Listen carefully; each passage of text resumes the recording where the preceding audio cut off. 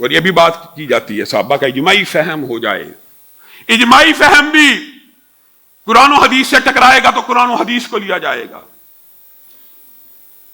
ہاں یہ بھی بڑا فلسفہ چل رہا ہے فہم سلف کے حوالے سے۔ فہم سلف کے قائل ہیں، قرآن پاک کی تشریحات میں، دین کی تشریحات میں اجماع امت کی ایک حیثیت ہے، اہمیت ہے، لیکن اگر مشترک صحابہ کا بھی ایک فہم اور حدیث اس کے مخالف ہو تو حدیث کو مانا جائے گا۔